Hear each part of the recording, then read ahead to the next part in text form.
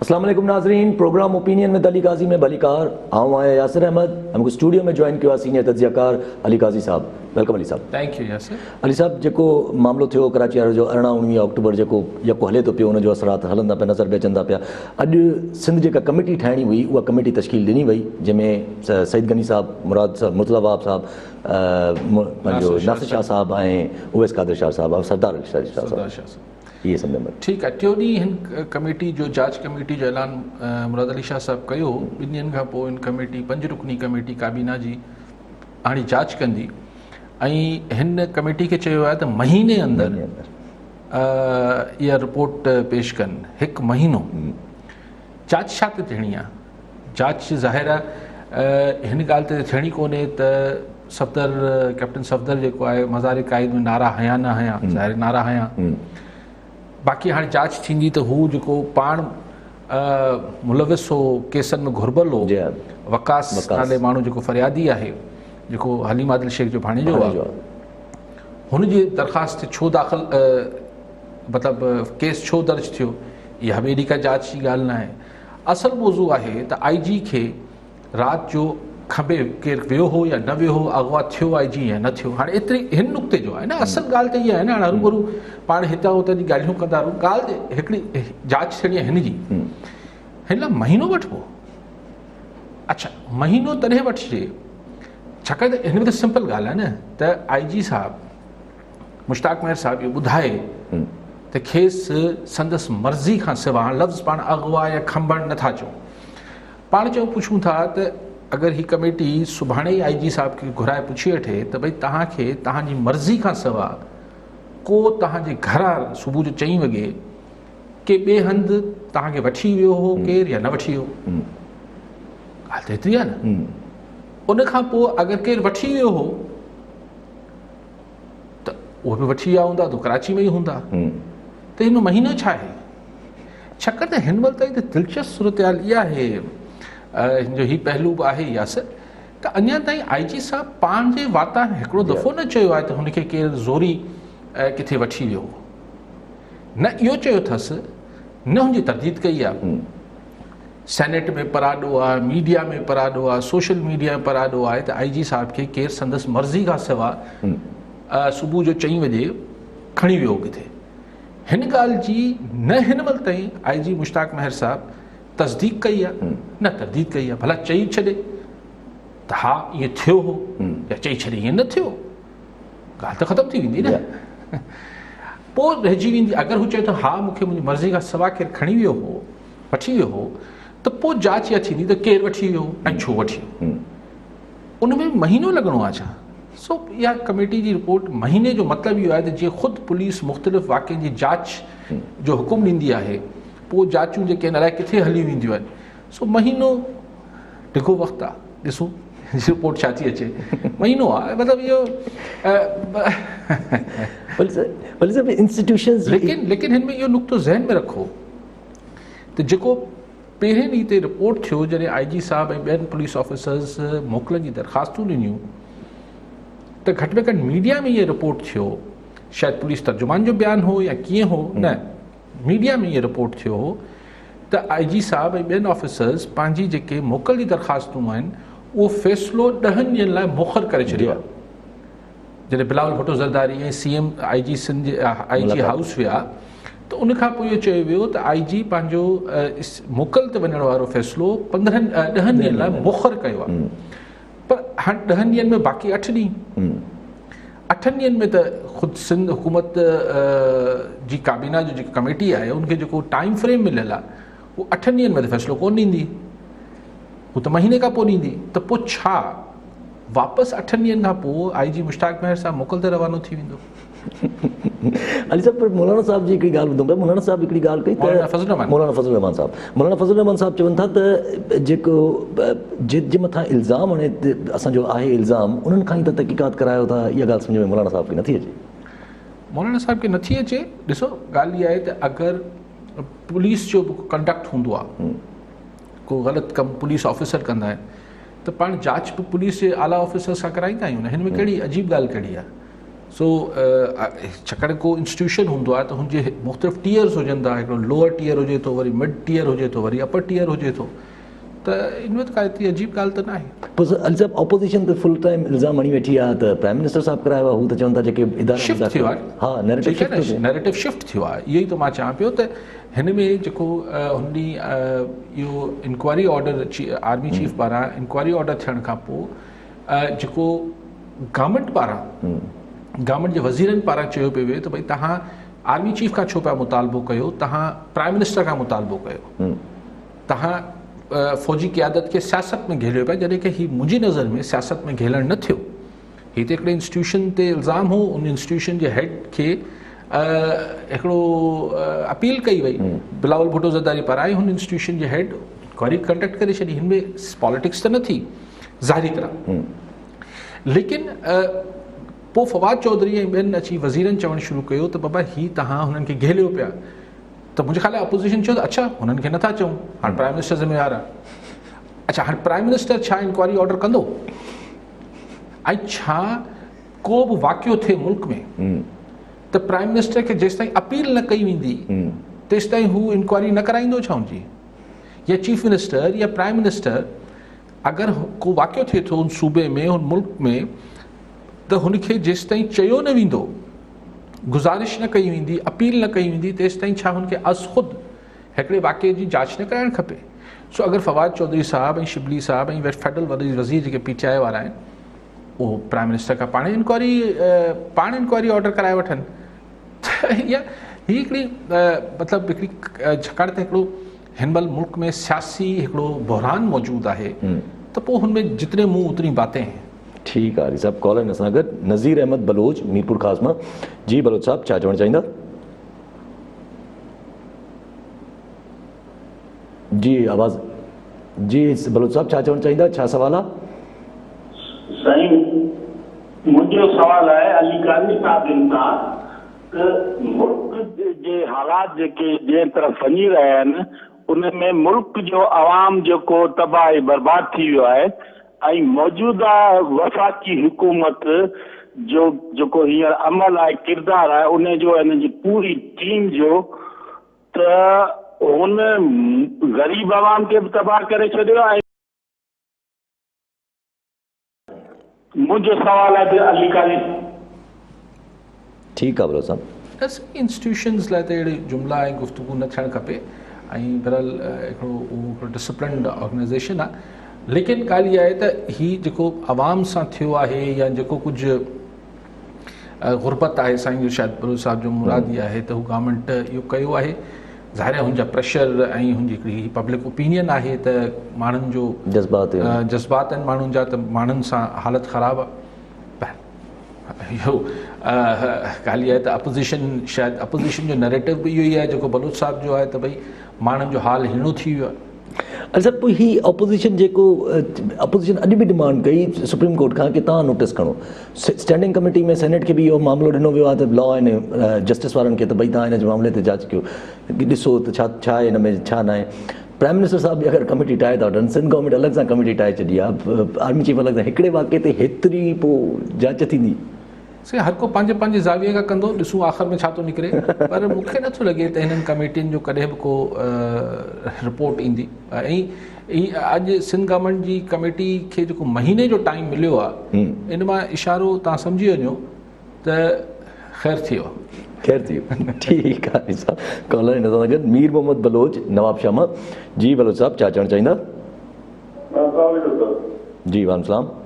हा सर, मुंहिंजो क्वेश्चन आहे त जेको पुलिस आजी साहब सां जेको वाक़ियो पेश आयो, इन जी हिमायत में सभिनी मतिलबु सीनियर ऑफिसरनि मोकल जो दरख़्वास्त ॾिनियूं, इहो तमामु सुठो अप्रोच आहे, बहितरीनु आहे पुलिस जी हिमायत में।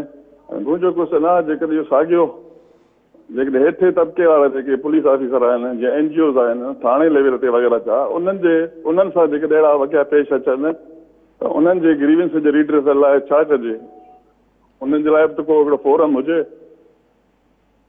ठीकु आहे जी बलोच साहब, इहा साॻी ॻाल्हि मूं बि कल्ह कई हुई त IG साहब सां अगरि उन्हनि जी का इंसल्ट थिए थी ऐं ह्यूमिलेशन थिए थी त उन ते त सभु ऑफिसर्स वेंदे SHO ताईं दरख़्वास्तूं ऐं यकजहती जो बेसिकली मुज़ाहिरो कनि था कॉमरेडशिप जो मुज़ाहिरो कनि था। पर अगरि हिकिड़े सब इंस्पेक्टर या ASI या जमादार सां इहो थिए थो त या हिकिड़े सिपाही सां इहो थिए थो त पोइ बि त पटे भाई वारो हिसाबु थियणु खपे। लेकिन जॾहिं पुलिस वारा कंहिं सिविलियंस कंहिं माण्हू सां ज़्यादती कनि था त उते बि पोइ हिते पटे भाई वारो हिसाबु न थियणु खपे। ठीकु आहे सभु कॉल आहिनि असां सां गॾु। हैदर कुरैशी सखर मां। जी कुरैशी साहब छा चवणु चाहींदा? वालेकुम अस्सलाम। मुझे तो सवाल ये बात है, बाख्तियार कराची हकूक दो कराची को इहो सर जमात इस्लामी रेफरेंडम करायो हाणे ताज़ो ऐं हुन में ॿुधायो कराची जी 3 करोड़ आबादी आहे, हुन खां सीटां वधंदियूं त इन जी लॉजिक छा आहे? थैंक यू सर, महिरबानी। ठीकु आहे कुरैशी साहब। हू जेको रेफरेंडम कल्ह करायो आहे जमात इस्लामी वारनि त बाख्तियार हुकूमत दो कराची को, त उन्हनि ते चवनि पिया त इहो छा रेफरेंडम करायो अथऊं जेको इहो बस इहे रेफरेंडम त ईअं ई हूंदा आहिनि। असां वटि कोई रेफरेंडम जो मतिलबु हिकिड़ो चवंदा आहिनि 5000 माण्हू इकट्ठा करे ऐं पोइ चइबो आहे त लाखों लोगों ने फ़ैसिला दे दिया। ठीकु आहे, मतिलबु ॾिसो ॻाल्हि इहा आहे त अगरि सिविक बॉडीज़ खे जेको 3rd टियर हुजे थो कंहिं बि गवर्नमेंट जो त गवर्नमेंट स्ट्रक्चर जो उनखे बिल्कुलु डमी त न हुजणु खपे, लेकिन बाख्तियार केतिरो बाख्तियार जो पोइ सूबो घर वेही रहे वञे, सूबाई हुकूमत घर वेही रहे। So it should be a balance between the two. न हू मुशर्रफ जी नाज़मी जहिड़ो किसो थियणु खपे, न जीअं हींअर गुज़िरियल 4 साल ई असांजा बल्दियाती इदारा हलिया ईअं बि न थियणु खपे। हीअ त हिकिड़ी डमी क़िस्म जा हिकिड़ो इदारो रूबरू ख़र्च कयो वेठा। ॿई एक्सट्रीम हुआ। को मुतादिल को विचथरो हिकिड़ो बैलेंस्ड अप्रोच हुजणु खपे त हू इदारा ही जेके बल्दियाती इदारा आहिनि डमी बि न हुजणु खपनि, पर अहिड़ा इख़्तियार न हुजनि जो पोइ सिंध गवर्नमेंट इररिलेवेंट थी वञे। ठीकु आहे अली साहब। ऑपोजिशन जे शाहिद खाकन अब्बासी जो चवणु पाण शाहिद खाकन अब्बासी साहब छा धप अचे थी या कुझु अहिड़ी अचे थी त हुननि चयो त गवर्नर सिंध का जो निकाल जाना या इस्तीफ़ा देना ये काम नहीं चलेगा इससे। हू सम्झनि था त को अलाए फेस सेविंग लाइ कुझु अहिड़ो थींदो। खाकन अब्बासी साहब चयो, एहसन इकबाल चयो त हिकिड़े चयो आहे, नवाज़ुद्दीन चयो आहे त कुर्बानी से को मसला हल होगा। अच्छा, गवर्नर साहब खे हटाए छा कंदा? अगरि गवर्नर रूल ॾे का ॻाल्हि वेंदी त पोइ ज़ाहिर आहे हुननि खे थोरो शायदि को वधीक ॿियो शायदि को गवर्नर सोचनि, लेकिन गवर्नर रूल कॉन्स्टिट्यूशनली डिघो अरसो नथो फबी सघे। महीनो सवा अदालतनि में जेसिताईं फ़ैसिलो अचे, छाकाणि हुन लाइ क्लियरली लिखियलु आहे 8वीं तरमीम खां पोइ त हुन लाइ सिंध सूबाई असेंबली जी ठाराह ज़रूरी आहे त असांजे मथां गवर्नर राज लॻायो। हाणे इहो कीअं थींदो? लेकिन बहरहाल जेसिताईं अदालतनि में मामिलो अचे तेसिताईं घिले सघिजे थो, पर हींअर गवर्नर खे तब्दील करणु शायदि पोइ को ॿी नाराज़गी थी हुजे जेका PTI जे अंदरि ख़ुदि लॉबिंग आहे उहो शदीद आहे। जेको मुल्की सतह ते बि जेको सूबाई सिंध सतह ते बि जेका PTI जे अंदरि लॉबिंग आहे, ग्रुपिंग आहे। नाला नथा करूं, हिकिड़ो ग्रुप जा आहिनि, ॿिया ॿिए ग्रुप जा आहिनि। पोइ शायदि प्राइम मिनिस्टर सॼे हिननि खे चवंदो घटि में घटि पाण में त ठहो। अॼु घुरायो पियो अथई। हा ठीकु आहे। अॼु गवर्नर खे बि घुरायो अथई ऐं PTI जा हिते जेके आहिनि सिंध सतह जा अॻवान हिननि जा उन्हनि खे बि सॾायो अथसि। जी अली साहब, ठीकु आहे अली साहब। कॉलर हिन सां गॾु अमीर सिंधी नारो मां। जी अमीर साहब छा चवणु चाहींदा? वालेकुम अस्सलाम। सवाल इहो हुयो असांजो त हीअ जेका सियासी जंग हली रही आहे अपोज़िशन ऐं वफ़ाक़ी हुकूमत में, इन में मईशत खे ऐं आवाम खे तमामु वॾो हिकिड़ो नुक़सानु थी रहियो आहे। इन वारी ॻाल्हि मां थोरो नज़रियो त माना जेके सियासी त पंहिंजी सियासी जिल में लॻा थिया आहिनि, उहो नज़र सां मञी रहियो आहे, उहो ॻाल्हि करे रहियो आहे। इन में आवाम जो बेड़ो गर्क थी रहियो आहे। बिल्कुलु आवाम जे महांगाई जी पीड़ा में गुज़री रहियो आहे, उहा हींअर असांखे ख़बर आहे, उहो आवामी ॼाणे थो। ठीकु आहे सिंगर। जी अमीर साहब, ज़ाहिर माण्हुनि खे पंहिंजो सूर आहिनि, उहो चवनि था त भई, लेकिन ही PDM जे जल्स ठहण खां पहिरीं बि आवाम को घणो सुखियो कोन हो। ऐं हीउ जेको पाकिस्तान डेमोक्रेटिक मूवमेंट जो इतिहाद अपोज़िशन ठहियो आहे, इन्हनि जो त मौक़िफ़ इहो ई आहे त असीं आवाम जी हिन तकलीफ़ जे करे रोडनि ते निकिता आहियूं। उहो थोरी चवनि था नैब जे करे निकिता आहियूं या छाजे करे। सो बिल्कुलु तव्हां बि बिल्कुलु जाइज़ आहे, पर हू महांगाई ऐं ॻाल्हि उहा सही आहे त अॻु में ई बहरान में वरितल मुल्क जेको आहे माशी तरह, हुन में अगरि सियासी अफ़रा तफ़री बि थींदी, बेयकीनी बि थींदी त पोइ मईशत किथे बीह सघंदी। ऐं अॼु फराज़ शिबली साहिब खे मूं सुबुह जो ॿुधियो पिए, सफ़ा बसि मतिलबु तमामु परेशान नज़र आया मूंखे। ऐं चवनि पिया त खड़ा नहीं होने दे रहे हैं मईशत को, ये नहीं करने दे रहे हैं, वो नहीं करने दे रहे हैं, दाहूं हुयूं सऊं सिधी। ऐं शिकायतूं हुयूं ऐं जमहूरियत को कमज़ोर कर रहे हैं, इहो पहिरियों दफ़ो मूं ॿुधो। मतिलबु हाणे PTI सरकार चए पई त जमहूरियत खे ख़तरो आहे। शाहमूद कुरैशी साहब अॻु में चई चुको आहे त सॼो सिस्टम जी तॾावेड़ थी वेंदी। हाणे इहो लेकिन अॼु फराज शिबली साहब थोरो सवायो परेशान मूंखे नज़र आया। ॾिसो न, शयूं त थियनि पियूं न, आख़िर जीअं मूं तव्हांखे बार बार चवां पियो त हीउ जेको कुझु थिए पियो इहो हवा में न उॾामी वेंदो, हिन जो को न को नतीजो निकिरंदो। सो थी सघे त शाहमूद कुरैशी साहब या कुझु माण्हू इहो सम्झनि हिन जो कुझु न कुझु थींदो जो जेको हुनखे डीकोड कनि या हुनजी तशरीह शायदि इहो करे रहिया हुजनि त पता सिस्टम ई हलियो वञे। जॾहिं की मूंखे अलाए छो ईअं नथो लॻे, मतिलबु नामुमकिन का शइ न आहे, ही वन ऑफ द कंक्लूजन, यानी 3-4 ऑप्शन्स में हिकिड़ो थी सघे थो। घणे भाङे पोइ अगरि ॻाल्हि सफ़ा हथनि मां निकिरी वई त पोइ मिटम चूडन न वेंदी ॻाल्हि। ठीकु आहे, सभु कॉलर हिन सां गॾु खादिम हुसैन शर सागड़ मां। जी शर साहब, छा चवणु चाहींदा? मुंहिंजो सवाल आहे सर, कल्ह 3 मेंबरनि मां एक्ट में हिकिड़े शहरियार ख़ान शर साहब वोट बकाया जेको आहे न ॾिनो, इहो अली काज़ी साहब जी राय। ठीकु आहे, उहा राय मालूम चवणु जी शर साहब, मूं कल्ह बि चयो त मूं त शाबाश हुजे पंहिंजो शहरियार शर खे ऐं जस हुजेसि। मूं त कल्ह बि चयो ऐं हिकिड़े माण्हू पंहिंजी पार्टी ऐं सभिनी ॻाल्हियुनि खां बालतर थी सिंध जे धरती जो पंहिंजो हक़ अदा कयो। बिल्कुलु, मूं त कल्ह बि जस ॾिनी। वली साहब, हाणे हिकिड़ी ॻाल्हि त हिन वक़्तु गवर्नमेंट ऑपोज़िशन इंतज़ाम हणे थी प्राइम मिनिस्टर साहब ते मथां, ऐं गवर्नमेंट इंतज़ाम हणे थी जीअं शहज़ाद अकबर साहब चए त असांखे त ॻाल्हि ई सम्झ में नथी अचे त इहो सॼो कुझु सिस्टम थियो कीअं, अरेस्ट छो कयो वियो, जे असांजो जेको कमु माना चई PTI जो जेको हुन में हथु आहे उहो एसि ताईं या त केस खे रिपोर्ट कयोसि, रिपोर्ट करण खां पोइ त असांजो कमु ख़तमु थो थी वञे। उहो त पुलिस कार्रवाई कई आहे सॼी, हू त इल्ज़ाम हणनि था त माना सिंध गवर्नमेंट सॼी गेम कई आहे हिकिड़े क़िस्म जी। ठीकु आहे, हाणे ज़ाहिर शहज़ाद अकबर साहब, पर हिन में जेको सरकार हुकूमती वफ़ाक़ी वज़ीर आहिनि हिननि जो नैरेटिव कमज़ोर आहे, झोल आहिनि, वॾे रोज़ का नई ॻाल्हि कनि था। पहिरीं हू चए पियो, अली ज़ैदी साहब चए पियो त अगरि चीफ सेक्रेटरी या IG केस दाख़िल न कयो त आउं हिनखे OSD ठाराइण छॾींदुसि। हाणे चवंदा असांजो कमु ई कोन्हे, छॾियो हाणे इहे बादशाही ॻाल्हियूं। ठीकु आहे, सभु कॉलर हिन सां गॾु। नज़ीर अहमद हैदराबाद मां। जी नज़ीर साहब, छा चवणु चाहींदा? वालेकुम अस्सलाम। छा हाल आहिनि? ख़ुशि आहियो सर? अल्हम्दुलिल्लाह। हेलो, अल्हम्दुलिल्लाह ठीकु ठाक, तव्हां ॿुधायो? हा सर, असांजो अर्ज़ु इहो आहे त पहिरीं काज़ी साहिब खे मुबारक हुजे। साईं जिन चयो त 3 ॾींहंनि जे अंदरि कमेटी जेका सिंध जे वज़ीर लाइ ठाही आहे रिपोर्ट ॾींदी, माना मामिलो ठप थी वियो। एॾो वॾो मामिलो, ऐं Peoples Party I think wicket जे ॿिन्ही तरफ़नि पई खेॾे। हिन जेको मामिलो थियो आहे IGR साईं, जेतिरे क़दुरु असांजी मतिलबु नंढड़ी सोच आहे, सम्झूं था जेको नवाज़ शरीफ़ जो नैरेटिव आहे स्टेट अबव स्टेट, उनखे हथी मिली आहे। पर सिंध गवर्नमेंट हिन ते हालांकि सोचे सम्झे उन्हनि रिएक्ट कयो आहे। असांखे ख़बर आहे त आराम सां वज़ीर आला शाम जो 3 बजे ताईं बि उनखे ज़ाहिर न कयो। जॾहिं बिलावल खे हक़ीक़त जी ख़बर पई हूंदी, उन खां पोइ हिकिड़े फ़ोन ते पीपल्स पार्टी मार्च थी वई, 3 ॾींहंनि जे लाइ कमेटी ठही आहे। त माना हू सिंध गवर्नमेंट छॾण जे मूड में कोन्हे। मूंखे नथो लॻे त कोई अपोज़िशन को मक़सदु हासिलु करे सघंदी। वधीक साईं जी राय खपे। ठीकु आहे, अच्छा इहे ॻाल्हियूं हलनि थियूं पियूं त बिलावल साहब जेके पंहिंजी किक स्टार्ट बि करे छॾी आहे गिलगित बल्तिस्तान जी इलेक्शन, त परवाह ई न आहे।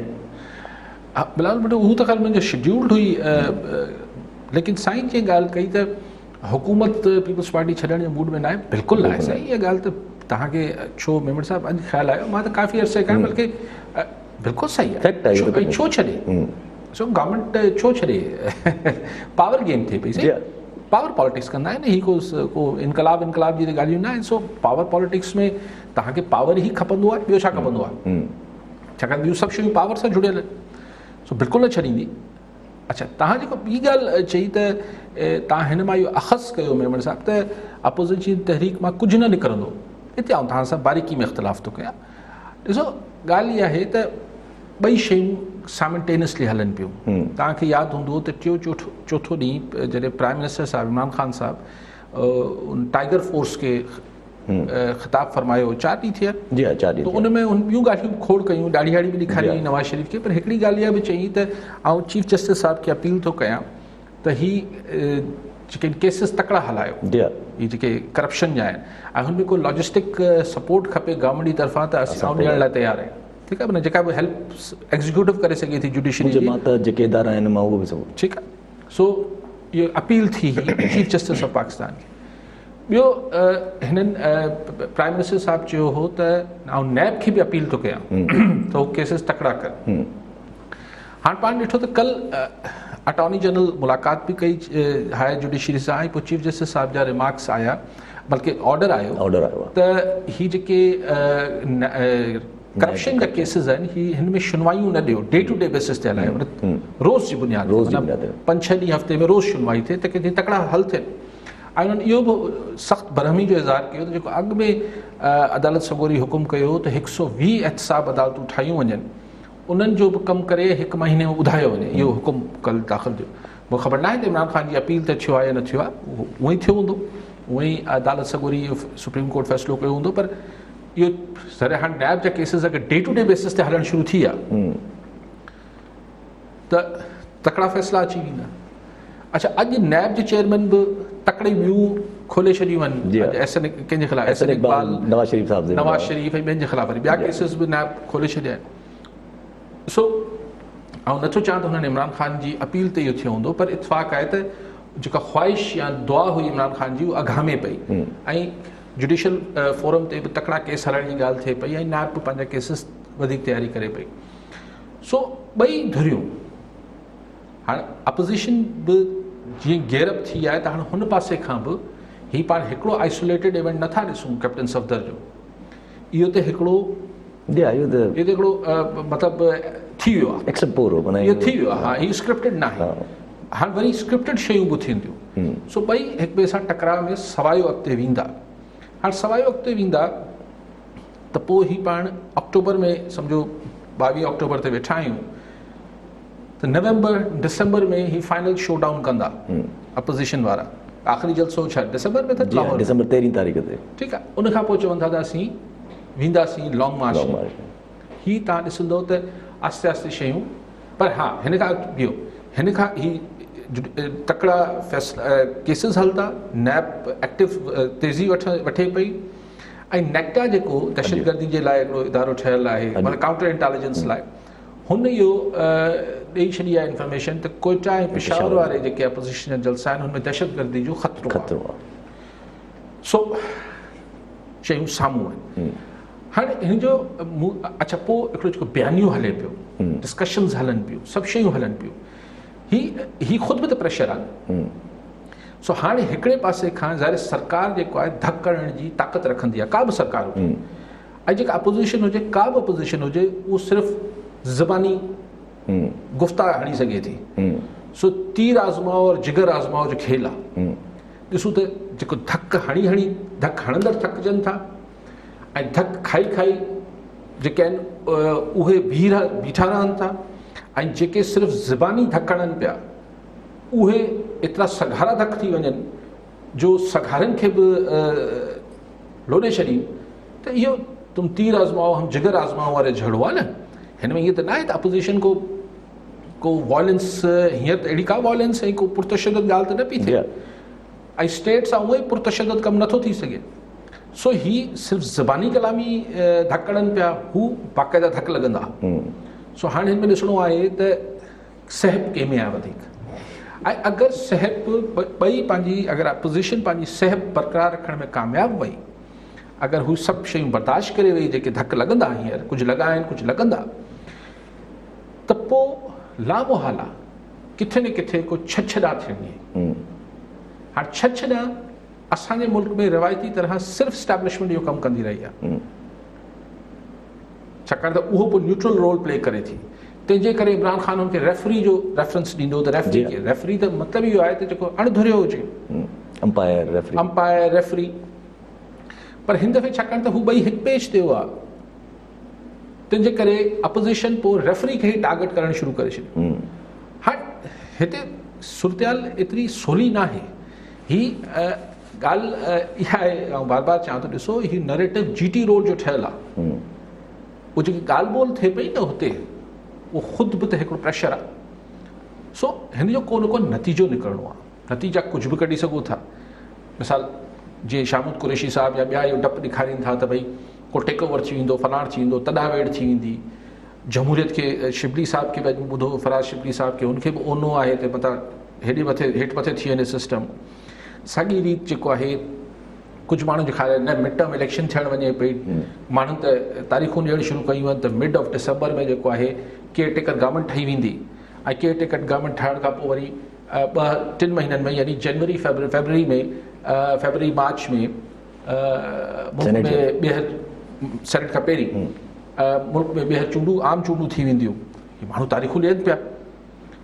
पर मुंहिंजो सुवालु वरी इहो आहे त अगरि ॿीहर चूंडूं बि आहिनि, आम चूंडूं बि ॿीहर थींदियूं अगरि, त 2 सवाल त छा हू बिना के इंटरवल जे थी वेंदियूं?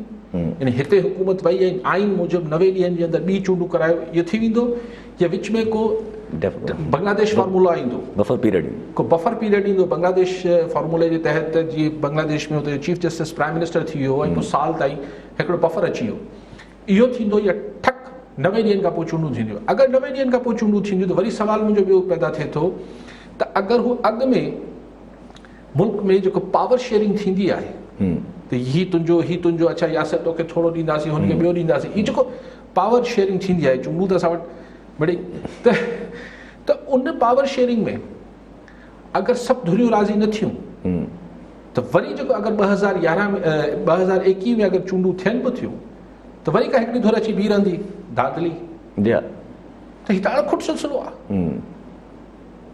सो देयर हैज़ टू बी पर्दे जे पोयां को शयुनि खे को डिफ्यूज़ करणो, नेगोशिएट करे डील फाइनलाइज़ थियणी आहे, या पोइ अपोज़िशन खे अहिड़ा धक लॻनि जो सफ़ा साणी थी वञे, माठ करे घर वेही रहे, जेको मूंखे ॾुखियो थो लॻे। मुश्किल आहे। पर सभु साईं जो बि सुवालु हो त अगरि पीपल्स पार्टी ॿई पासा खेॾे थी, जीअं साईं चवनि पिया त असांखे लॻे थो त पीपल्स पार्टी ॿई पासा खेॾे थी, त पोइ त पीपल्स पार्टी अगरि ॿई पासा खेॾे थी त पोइ त इन्हनि शयुनि जी सूरत हाल वेंदी ई कोन, किथे न किथे त पोइ डील ॾाढी वेझो आहे। ॾिसो, पर हुननि जो जेको साईं कॉलर हो मेमण साहब, उहो चए पियो ॿई पासा खेॾे पई, त माना हीउ पासो बि त खेॾे पई न। जी हा, सिर्फ़ु हू पासो न पई खेॾे, ॿई पासा खेॾण सां मुराद इहो आहे त ॿिन्ही पासनि जो पोइ अगरि स्कोर करिणो आहे त ॿिन्ही पासनि खां करिणो। पीपल्स पार्टी खे ज़ाहिर पॉलिटिकल पार्टी आहे, हू हर पार्टी 2 पासा खेॾंदी हूंदी, जंहिंखे भुल लॻे, जंहिंजी जेतिरी वर्थ आहे। हींअर ज़ाहिर आहे त 2 जेके पार्टियूं आहिनि, पीपल्स नवाज़ लीग ऐं पीपल्स पार्टी, हींअर नवाज़ लीग जी क़यादत जो जेको नैरेटिव आहे हू एतिरो ॾुखियो आहे जो हुननि सां को डील ठाहिणु ॾुखी थिए पई। पीपल्स पार्टी जो नैरेटिव वरी बि इहो आहे त हुन सां अकोमोडेट करे सघिजे थो, हिकिड़ी ॻाल्हि। लेकिन जेका ॻाल्हि नवाज़ लीग जे हक़ में वञे थी, उहा इहा वञे थी त असल जेका दिलि में चुभन थिए थी, उहो त ज़ाहिर पंजाब जे पब्लिक ओपिनियन जी थिए थी न। पंजाब जो पब्लिक ओपिनियन त नवाज़ शरीफ़ जेसि ताईं या नवाज़ लीग जेसि ताईं मार्च नथो करे या मुतमइन नथो थिए त हुनखे किथे खणी वेंदा। पीपल्स पार्टी अगरि राज़ी बि थी वञे त पीपल्स पार्टी राज़ी थींदी, लाड़काणो दादू राज़ी थी वेंदो, पर GT रोड राज़ी कीअं थींदो नवाज़ लीग जे राज़ी थियण खां सवाइ? सो इट्स हिकिड़ी टिपिकल सिचुएशन आहे, हीअ एतिरी सवली कोन्हे, ईअं 2-4 कोन्हे। मौलाना बि राज़ी कोन थींदो, मौलाना खे बि राज़ी करे वठिजे। मिसाल अगरि सुभाणे ॿिए सेटअप में ख़ान साहब न आहे, अगरि मिसाल आहे ईअं हिकिड़ी पाण ईअं दुकान पिया, ठीकु थींदो। लेकिन क्वेश्चन इहो आहे त नवाज़ लीग खे किथे फिट कंदव? पर सियासत आहे, हिन में बार्गेनिंग थींदी आहे, नेगोसिएशन्स थींदियूं आहिनि। तव्हां खां 100 रुपया घुरंदो आहे, आख़िर 25 रुपया त राज़ी थी घर ख़ुशि ख़ुशि हलियो ईंदो आहे घर। हीअ ख़ैर पाण क़बल इस वक़्तु गुफ़्तगू कयूं पिया, पर मिड़ी हिकिड़ी लाउड थिंकिंग कयूं पिया त बेसिकली हीअ हिकिड़ी मुल्की तारीख़ में पहिरियों दफ़ो सिनेरियो क्रिएट थिए पियो त हिन दफ़े इस्टेब्लिशमेंट गवर्नमेंट जे पासे थी बीठल आहे, ऐं हाणे हुनखे वरी अगरि पंहिंजे पाण खे डिस्टेंस करिणो आहे गवर्नमेंट सां, तॾहिं ही अपोज़िशन जी पार्टियूं के को अकोमोडेट करे सघिबो न। ठीकु आहे, सभु कॉल आहिनि असां सां गॾु। गुलाम अली पिताफ़ी सादकाबाद मां। जी पिताफ़ी साहब, छा चवणु चाहींदा? अस्सलाम वालेकुम साईं। वालेकुम अस्सलाम। साईं अली काज़ी खां मुंहिंजो इहो ई सुवाल आहे त इहो जेको अॼुकल्ह ऑपोज़िशन जलसा थी करे ऐं जलूस थी करे, सिर्फ़ु पंहिंजो मक़सदु आहे या आवाम जो बि कुझु उन्हनि खे ख़्यालु आहे? छो जो महांगाई वाक़ई हक़ीक़त आहे, ग़रीब माण्हू जेको आहे न त उहो इन महांगाई खां तंग अची चुको आहे ऐं इन हुकूमत जो जेको अॼुकल्ह हाल आहे न उहो ग़रीब माण्हू माना इहो जेको बोझ आहे न बर्दाश्त नथो करे सघे। ठीकु आहे बेताब साहब, बार बार इहो सवाल अवाम जो दर्द अपोजिशन का पुछंदो ज़ाहिर उनखे दर्दी अवाम जो ॻाल्हि त पिताफ़ी साहब इहो त तव्हां पाण सोचो, पर साईं जी ॻाल्हि सां आउं बिल्कुलु इनकार नथो करे सघां त महांगाई चोट ते आहे। इहा सरकार माण्हू तरदीद न पई करे, सरकार पाण मञे थी त महांगाई ज़ुल्म आहे, इकनॉमिक एक्टिविटी आहे कोन, माशी सरगर्मी आहे कोन। हीअ त दुनिया में त वरी ही कोरोना वापसि ॿी लहर अची वई आहे। असां वटि बि हाणे वरी उहो छा ठहियल आहे NCOC, हा उहो जेको इदारो ठहियल आहे मॉनिटरिंग लाइ कोरोना जो, उन वरी कल्ह दड़को बि ॾिनो आहे त अगरि माण्हुनि एहतियात न कयो त वरी असीं लॉकडाउन ते हलिया वेंदासीं। सो माण्हुनि खे खाइण लाइ न आहे। ठीकु आहे, सभु कॉल आहिनि असां सां गॾु। इमरान ख़ान हैदराबाद मां। जी ख़ान साहब, छा चवणु चाहींदा? वालेकुम अस्सलाम। सर मैं कहना क्या चाहूँगा सर, हम तो वैसे ही चारों तरफ से जब से ये गवर्नमेंट आई है इमरान खान साहब की, हमने तो सोचा था कुछ अच्छा होगा, लेकिन समझ से बाहर है। कभी ये कहते हैं सिंध में गवर्नर राज लग जाएगा, कभी ये किस किस्म की बातें करते हैं। हमें इनसे कुछ भी नहीं लेना चाहिए, गवर्नर राज लगा दे, फौज आके बैठ जाए।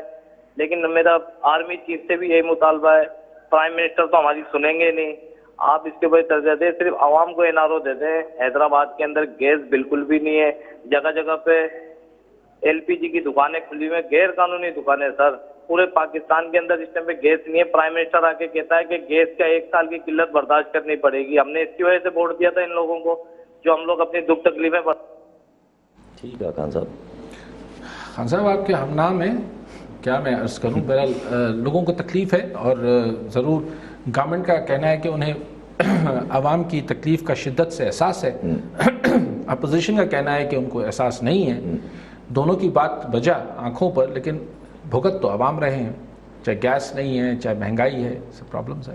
अरे साहब, कल्ह CM साहब जेके ख़िताब कंदे पंहिंजो हुन में असेंबली में, उन्हनि में हिकिड़ो ॻाल्हि कई त हुकूमत जे मूंखे एतिरो प्रेशर हो जो मूंखे हुकूमत ख़तमु करण जी धमकी ॾिनी हुयूं कंहिं वफ़ाक़ी वज़ीरनि जो दफ़ा। अॼु वरी वफ़ाक़ी स्पेशल एडवाइज़र प्राइम मिनिस्टर जेके शाहिद अकबर साहब आहिनि, उन्हनि जो चवणु त भई कहिड़े वफ़ाक़ी वज़ीर जेके तव्हांखे धमकी ॾिनी, तव्हां कूड़ ॻाल्हायो था पिया। सही, हाणे इहो त ॾिसो न, ॻाल्हि उहा ई आहे त इहे जेके गुफ़्तगू थियूं हूंदियूं, हाणे की रिकॉर्डिंग त कोन थियल हूंदी। चीफ मिनिस्टर सिंध अगरि चए थो त मूंखे धमकी ॾिनी वई आहे, त मुंहिंजे ख़्याल त अगरि हू चवनि था, चैलेंज कनि था, त कहिड़े वफ़ाक़ी वज़ीर धमकी ॾिनी आहे, त मुंहिंजे ख़्याल मुराद अली शाह साहिब खे नालो खणणु खपे, ॿुधाइणु खपे त फलाणे मौक़े ते फलाणे मूंखे इहो चयो। ऐं लेकिन मूंखे हैरत न थींदी त कंहिं सिधी या अणसिधी तरह इहो धमकी मुराद शाह साहिब खे ॾिनी हुजे। लेकिन ॻाल्हि इहा आहे त हुकूमत कीअं हटाईंदा। सिंध हुकूमत हटाइण लाइ 2 ई तरीक़ा आहिनि, या गवर्नर राज लॻाई, या पोइ फॉरवर्ड ब्लॉक ठाहिनि पीपल्स पार्टी में ऐं इन हाउस चेंज आणे। इन हाउस चेंज आणण जहिड़ो फ़िलहाल त को मूंखे माहौल ई नज़र न पियो अचे।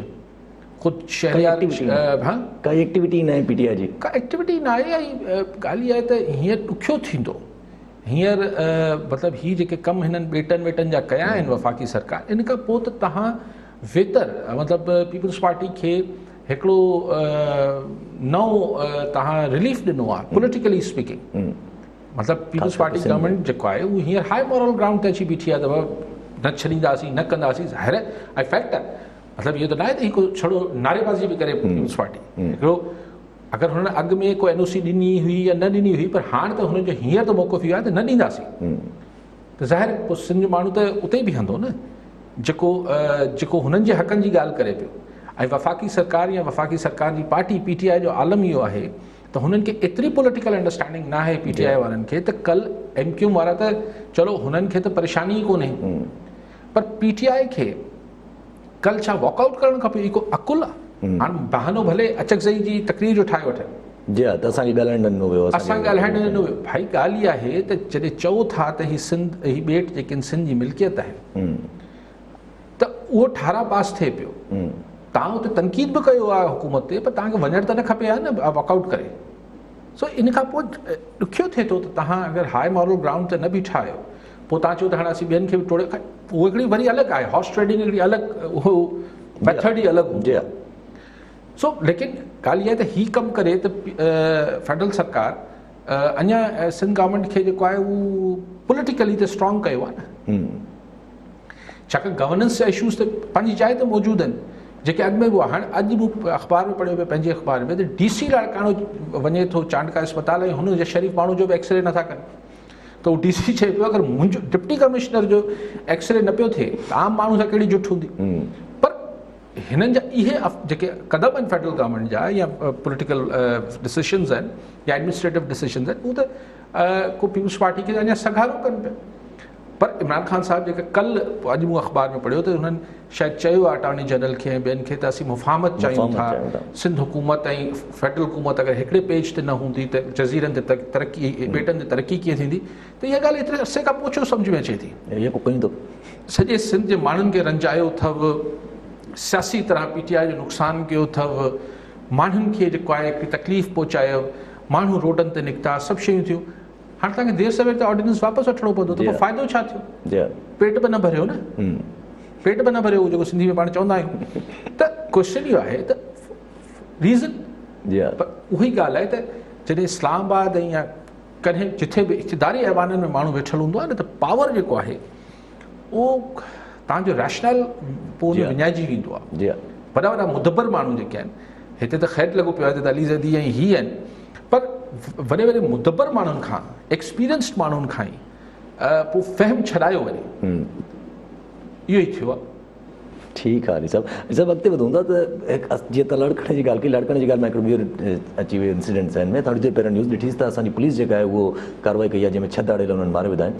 त उन ते तज़ाद थोरो क्रिएट थी वियो त लड़कणो ॾिसी लड़कणो DPO साहब जेके आहिनि उहे चवणु लॻा त भई ऑपरेशन असां लीड कयो आहे, असां कयो आहे ऑपरेशन। खैरपुर जा पुलिस जेके चीफ आहिनि उहे चवणु लॻा त भई असां कयो आहे लीड। पोइ DIG शेखर जेके आहिनि उन्हनि चयो त न ॿिन्ही मिली कयो आहे, ऐं IG साहब जेको आहे उहो लड़कण पुलिस लाइ 50 लाख इनाम बि अनाउंस करे। इहो हद जो तकरार जेको आहे इहो पुलिस जो ॿियनि आम माण्हुनि लाइ बि हूंदो आहे। अक्सर हुनखे रुलाईंदा आहिनि त बाबा तुंहिंजो जेको हीउ थियो आहे, तोसां एक्सीडेंट थियो आहे या वारदात थी आहे, फलाणे जी हद आहे, उहो वीचारो भॼंदो वधंदो आहे। पोइ इहो पुलिस जे विच में बि इहो थींदो आहे त हद जो तकरार। पर मुंहिंजी फर्स्ट इंफॉर्मेशन आहे, थी सघे थो ग़लति हुजां, उहो इहो आहे त लाड़कानी पुलिस जो कंडक्ट कयो आहे। हीअ जेके आहिनि धाड़ियल जेके नाला अचनि पिया, हीअ घणो भाङे उते ई ऑपरेट कनि था, उन तरफ़ ऑपरेट कनि था। सो गुड, सुठी ॻाल्हि। लेकिन वरी उहा ई ॻाल्हि आहे त हाणे कहिड़ा हीअ थियनि था, मुक़ाबला थियनि था जंहिंमें सफ़ा धाड़ियल छा सुता पिया हुजनि था छा? सुठी ॻाल्हि आहे, अलाह महफ़ूज़ रखे असांजे पुलिस वारनि खे ऐं सभिनी खे। बहरहाल जेको बि थियो, लेकिन इहो आहे त सुठी ॻाल्हि आहे। आउं त सदाईं चवंदो आहियां यासिर, पुलिस पंहिंजी सची ते लही अचे त इहे ॾोहारी को पुलिस खां ॾाढा थोरी हुजनि था। हीअ वरी सोशल मीडिया ते या कैमरा ते वॾा कंदा आहिनि त असीं हीअं आहियूं, असीं हूअं आहियूं। सरकार पंहिंजी त लहे ते ही धाड़ियल छा करे सघनि था? पर सभु जेको 50 लाख IG साहब इनाम अनाउंस कयो, इहो इशू पंजाब में बि थियो हुयो, जेको ही मोटरवे केस में बि हुन ते बि इनाम अनाउंस कयो त लाहौर हाई कोर्ट चयो त भई तव्हां कहिड़े क़िस्म जो इनाम था ॾियो, छा जे लाइ इनाम था ॾियो, पुलिस जो कमु आहे इहो। हा, हाणे उन में थोरो फ़र्क़ु इहो आहे त हू जेको आबिद हो जेको मोटरवे केस में, उन जी इतला या गिरफ़्तारी जे हुन लाइ को इनाम अनाउंस थियो त असांखे ॿुधाए त असीं कयूं, त के ॿिए त न ॿुधायो, पुलिस पाण झले वरितो मुबैना तौर ते, त चयो त छा जे लाइ। पर हिननि ते अॻु में हेड मनी रखियल हूंदी न, या आई डोंट नो हिननि जो किसो कीअं आहे। हेड मनी हुई न, सो मूंखे ख़बर न आहे।